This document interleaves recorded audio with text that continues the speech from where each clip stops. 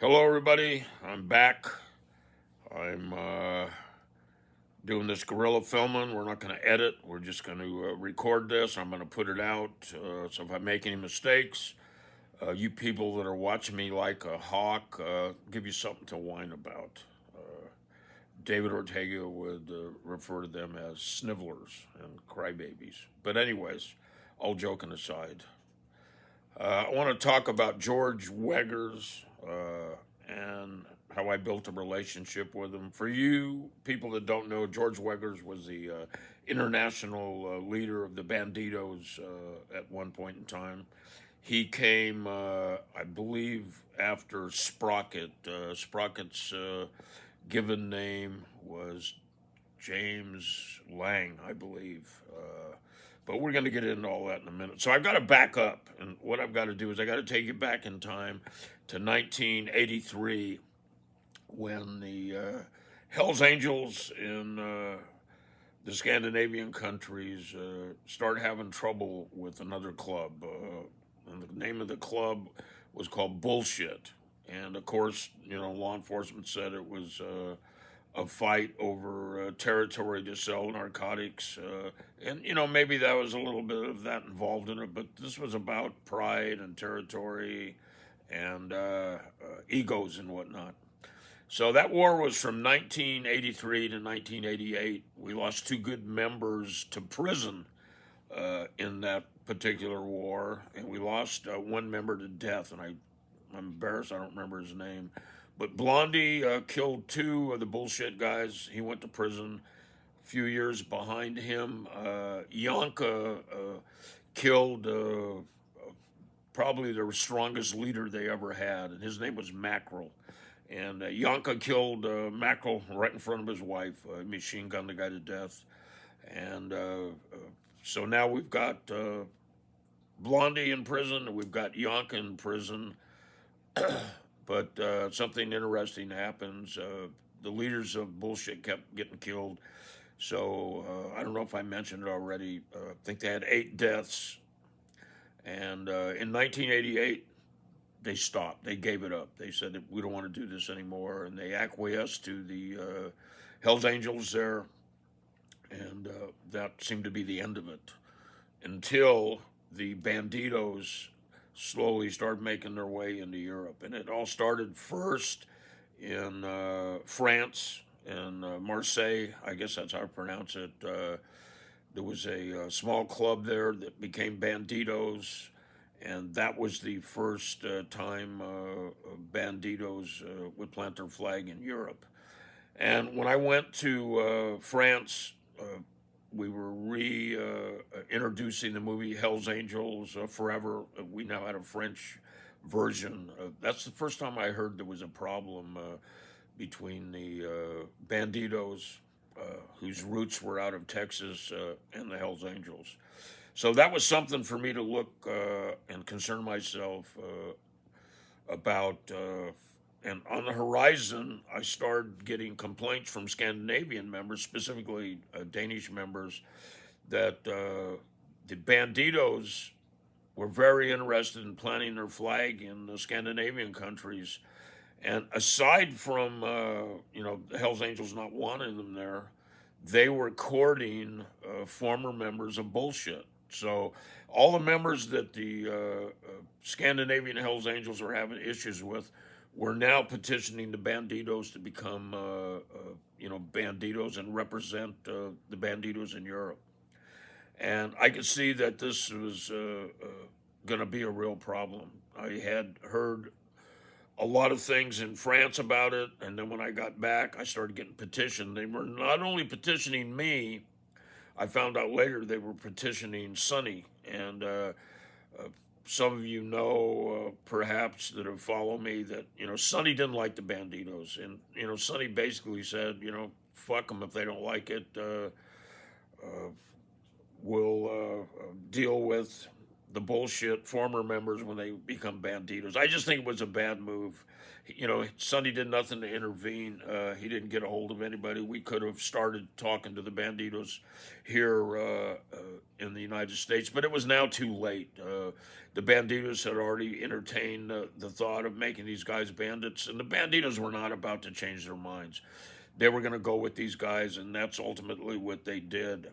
What I did is I broke protocol. Sonny was in prison. I wasn't really worried about answering anybody, and I mean, that, not trying to sound egotistical.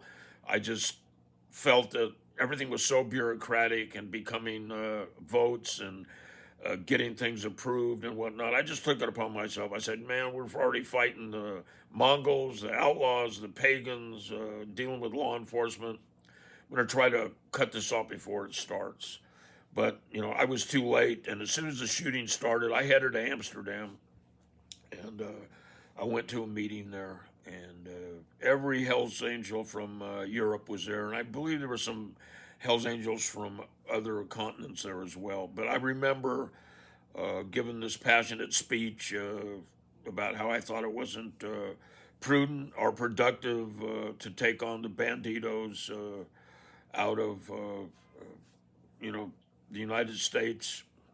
We were going to wind up with the war bleeding over and us having a problem with them there in the States. And to be perfectly candid with you, the European Hells Angels basically just shot us down. They said they didn't care what we wanted in the United States, and that they would kill every bandito in Europe, which I found just a cavalier and ludicrous statement. I mean, there was no way they were going to kill every bandito. There was no way the banditos weren't going to do what they wanted to do, because I knew them. You know, I had gotten to know them over the years, not in a close relationship.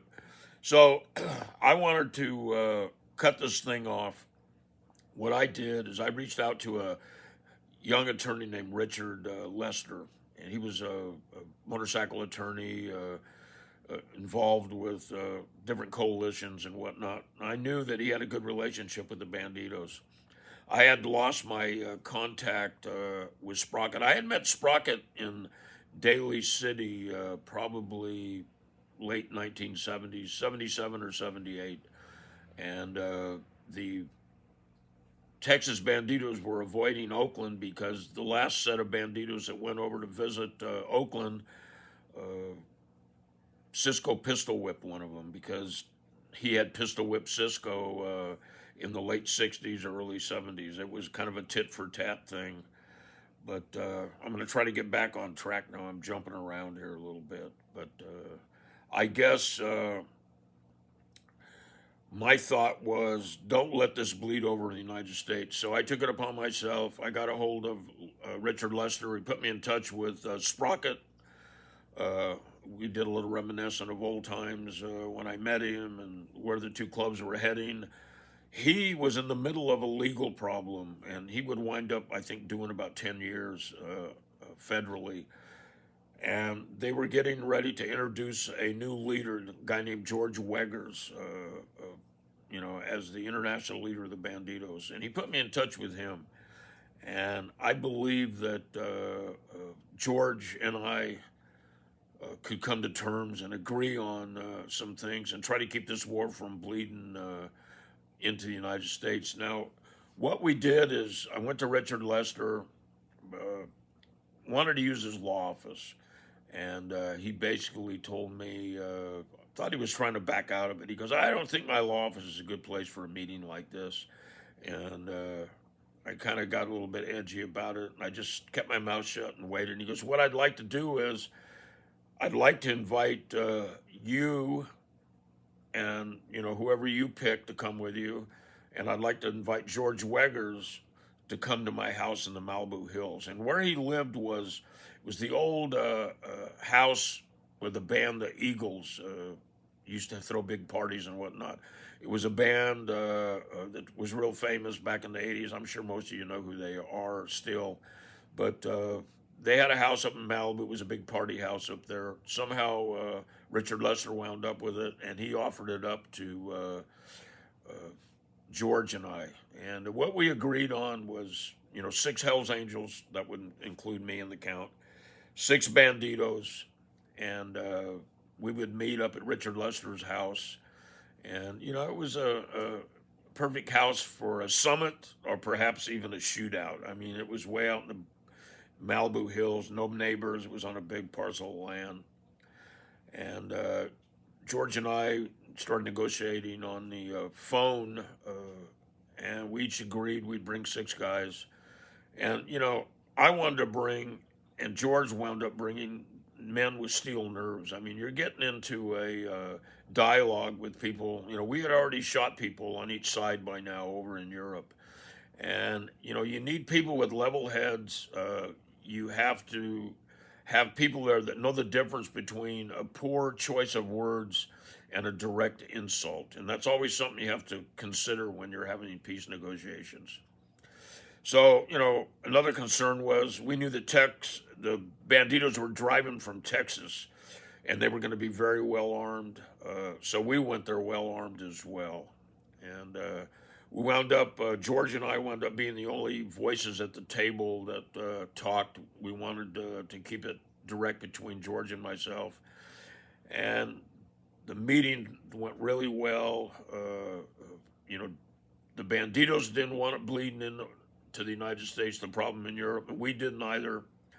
And I felt, here's a guy I can work with. And over the war broke out in 94. That's when I flew to Amsterdam. And it ended in 97. And it was a lot of meetings. George and I were together a lot. Initially, George and I would meet with several members of our clubs. He would bring a half a dozen guys. I would bring the same amount. And it became very, very cumbersome. And as George and I got to know each other better, we came up with an idea that George and I would meet one-on-one. This is how much I trusted him, that I usually wouldn't meet with anybody one-on-one, but I trusted George would pull no shenanigans. And we used to meet in the security area of airports where you couldn't get in there with a gun. And we'd pick an airport, and that's where we'd meet. And I didn't bring anybody, he didn't bring anybody, and we were building this relationship. And I trusted him, and he trusted me. And, eventually we got Blondie from the Hells Angels and Jim from the Bandidos. He was the leader over there in Europe, probably the most powerful European member. I forget his last name.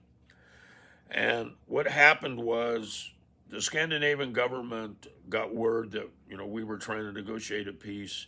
And the Scandinavian government petitioned the United States government to give these guys special visas to get in. And we had a big meeting up in Washington. George was there with Jim from Europe. I was there with Blondie from Denmark. Blondie was now out of prison. And we actually had a special stand-down number. If anybody from law enforcement interfered in our peace talks, we were supposed to give them this number to call. They were going to call somebody in Washington. They were going to tell them to stand down. But, ultimately, it wasn't us that ended the war. They ended the war in Denmark, and I think they did that for political reasons. There was a lawyer there, and he wanted to end it. He wanted to be part of it. It was a big television event. They had the peace talks, and you have to realize, a bunch of people got killed, a bunch of people got wounded. The government was getting a lot of heat. Most of the weapons had been obtained through militia armories that were scattered throughout the Scandinavian government. So they wanted to see this end, and we wanted to see it end. But, we finally got the peace between the two clubs.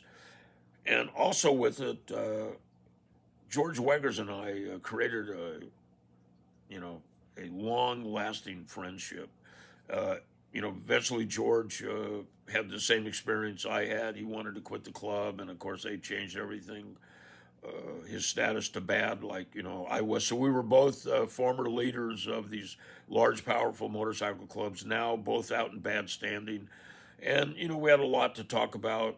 And like I said, we wound up going on CNN together when they had that shootout down in Waco, where I think 6 or 7 members of different bike clubs got shot. Did some TV shows with him on the military channel.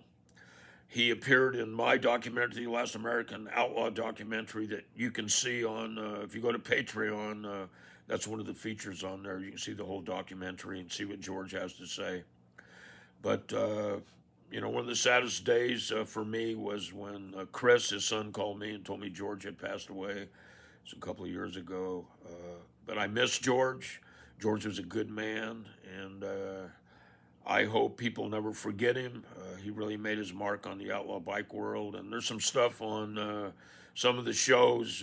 I know him and Sonny had a couple of confrontations, and I'm laughing because I'm going to let you discover it for yourself, but George was a big man in many ways. George and myself, Sonny, I mean, all of us had big egos. There's no doubt about it. But George was somebody that's willing to listen, and I've always been somebody that's been willing to listen. So I don't want his memory to fade away or die. You guys should go out there and, find out everything you can about George Wegers. He was a hell of a guy, and he was a hell of an outlaw Bandido member. So that's it for this week. Anybody that's going to cry, to write me on my Gmail, make it interesting. I've been getting some insults, but, there has been no thought put into them. I want some really good ones if you're going to take the time to do it. And I'll answer you if it's thought-provoking, okay? So look, this is it. No edits, free-falling here, no nets. I hope you like it.